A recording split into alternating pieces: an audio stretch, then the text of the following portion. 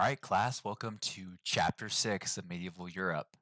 Hope you guys have been enjoying what we've been learning so far, and I'm excited to dive into Chapter 6 with you. And Chapter 6 is called A Feudal Society. And we're going to learn what feudal is, and that it's a root word to feudalism. And so that's what we're covering in Chapter 6. But just like always, before we jump into the current chapter, let's review about what we've read so far. What did we learn in Chapter 5? There was a specific figure who was the main focus of the chapter, someone who was great. That's right, Charles the Great or Charlemagne. Great job. And so, what are some things that we learned about Charlemagne or Charles the Great? What kind of leader was he? We learned that he was a great leader or manager, one of our vocabulary words from last chapter, and that he was tall and powerful, and that he did a great job spreading Christianity throughout Europe. And he was the emperor of a large empire. And so, as we continue to read, let's remember that Europe had plenty of people with aspirations or goals for power, and they wanted to rule in small and large domains within this large empire established by Charlemagne. So we're going to learn about a feudal society, and feudalism is when a king gives land to someone who would be called a lord in exchange for their military service or in support for them. So let's just take a little example. It'd be like if Principal Hillock was our queen, and then she gave land to me and support to her, and I would be her, give her military service or a teacher service and support her as the queen. And then if I were to give you land, a smaller portion of land, but in exchange for your support for me as your lord and your military service if the time come to be needed, right? So the lord has all this land, the empire, and then it gives a smaller portion of it, but a decent sized portion to a lord. And then I, as a lord, would give portions to you guys in exchange for military service and support.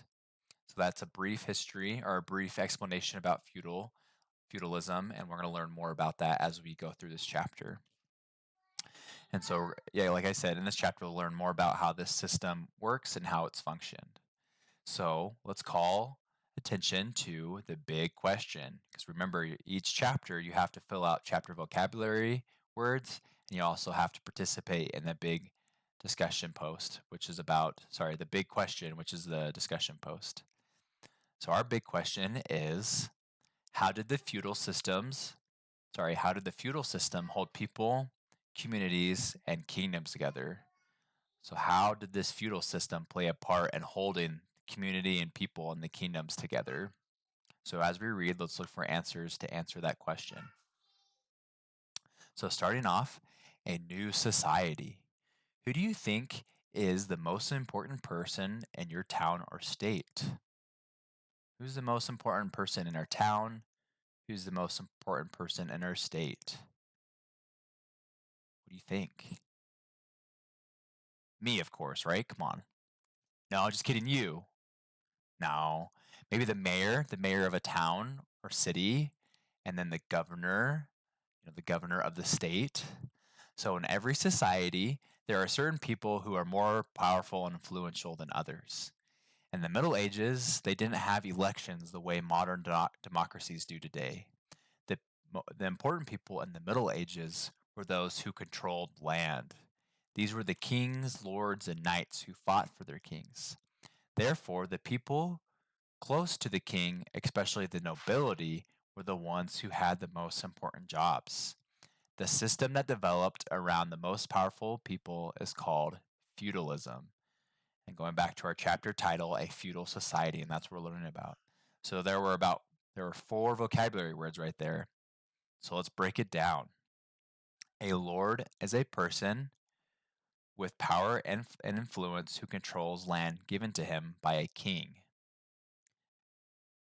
And a knight is a soldier on horseback who serves a king or a ruler. Nobility is powerful families that held fiefs and titles, or fiefs and titles. And feudalism is a system of government in which land is exchanged for loyalty and service. So if we pause really quick, let me grab my epic pen really quick.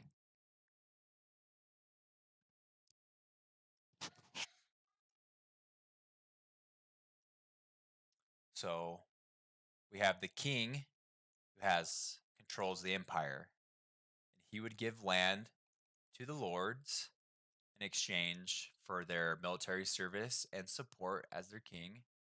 And then the lord, let's use this one. Lord would give lands to knights, and again for their military service, and in exchange for military service and support. And then even knights might give it to small portions of lands to peasants to have them farm land to provide food for their portion of land. So hopefully that helps you a little bit with getting the grasp of what feudalism is. And then here is a picture of that right there. So the king would give land to lords. Lords would give land to lesser lords. And knights would get land from these lesser lords. And the knights would give land to ordinary people, those that would farm and take care of the land. So this feudal society was based on a system of loyalty among all in the kingdom. So a special system. Feudalism appeared first in Charlemagne's time. Over time, it gradually spread across medieval Europe. And that's what we're learning about, right? So medieval, and what does that mean? I should block it, but you're probably looking at it. Medieval means relating to the Middle Ages in Europe. Feudalism arose because kings often needed warriors to fight for them. These kings made deals with powerful leaders or lords. A lord would become a king's vassal. Okay, so what is a vassal? Kind of sounds like vessel. A person who receives land from a ruler and in return promises to fight for the ruler. So a vassal, and like I said, kind of sounds like a vessel. A vessel means something that can carry something through, right? So in a way, these lords and knights are vessels in a way that the king can keep his power, right? So the king would give him a large amount of land called a fief. A fief is a plot of land exchanged for loyalty to a ruler. So these vassals would get fiefs or lands in exchange for the military support, and each would make certain promises to the other. The vassal would swear to fight loyally for the king. In return, the king promised to protect and support the vassal. So this feudal government was not like our modern government. During the Middle Ages, there were no nations or central governments in the modern sense. Instead, there were networks of lords and vassals under the rule of a king. And the promises or oaths that vassals swore were what held these networks together. The links between vassals and lords encouraged people to think of themselves as a part of a larger whole. Feudal agreements were meant to last. These agreements were made public with special ceremonies held in a church and arranged by kings and priests. This ceremony in which a man became a vassal was called an act of homage. Homage is the French word for honor or respect. Let's travel back to the Middle Ages and watch as medieval lord pays homage to a king. So let's, I guess, it described the homage, so it doesn't have a vocabulary thing for it. All right, so kiss of peace. So right now we're traveling back in time to learn about how this homage took place. So imagine being in a cathedral lit by hundreds of flickering candles. All right, I'm going to take my camera away so we can really just dive into this. All right, so you can close your eyes and listen if you want to, or read and follow along. So imagine being in a cathedral lit by hundreds of flickering candles. There are beautiful windows of stained glass and paintings and sculptures. The altar is made of carefully carved wood. Sitting in the cathedral are all the great lords of the kingdom and their families. They are dressed in their finest robes and jewels. At the front stands the king, waiting to receive his vassal. A lord walks slowly down the center aisle of the cathedral. When he reaches the king, he falls to his knees and swears an oath. He promises to love and serve the king forever. Here's a picture of that. Here's a vassal coming to the king. The king's on the left, the vassal on the right. He's making his promise. A lord would fall to his knees and promise loyalty to a king. All right, continuing this, so you can close your eyes or you can follow along. The king then raises the kneeling man to his feet and announces that he has given land to the Lord. This is in exchange for the Lord's promise of loyalty and other services. The king kisses his new vassal on the cheek in a kiss of peace. But feudalism was more than just the relationship between the king and his lords. The king's lords would also divide up part of their land and grant fiefs to vassals of their own. For example, the king's lords would grant portions of their land to lesser lords and to other soldiers called knights. All right, so let's jump back in.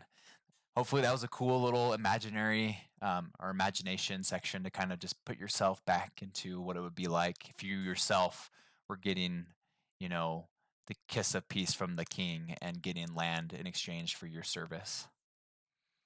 We just have a little bit more to go. This chapter is a little bit shorter, so just follow along. We only have one more section and we are all done.